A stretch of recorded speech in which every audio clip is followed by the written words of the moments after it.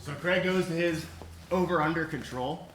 The first thing that I'm going to do for this particular escape is try to get this arm, which is underneath his underhook, to the other side of his head. Now it's not going to be that easy because he's gonna have his head tight here, so if I try to just throw this under, it's not gonna happen. Unless maybe I catch him in a transition or something, but most of the time, what you're gonna wanna do is bridge, and then as your hips sink back down to the mat, I get a little bit of space. That's the key. If I bridge and try to do it from here, it's not gonna happen. It's when my hips sink down to the mat that a little bit of space is opened up. So I bridge, and I throw this underneath. I'm reaching, trying to grab into his far armpit.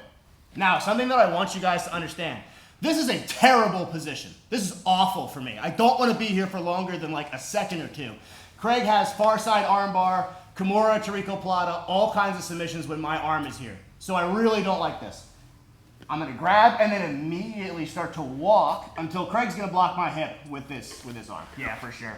Because if he doesn't, I'm just gonna end up recovering my guard. So once I walk until I run into this frame where he's blocking my hip, I'm gonna give a bridge as I grab onto the back of his tricep.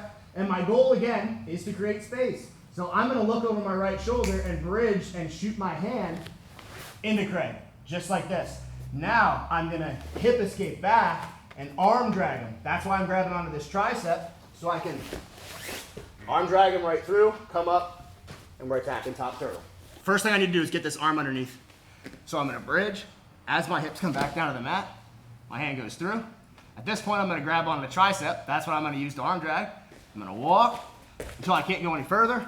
Now I got a bridge, so I'm gonna drive my hand towards the front, hip escape out, pull his tricep through, and come right up on the back.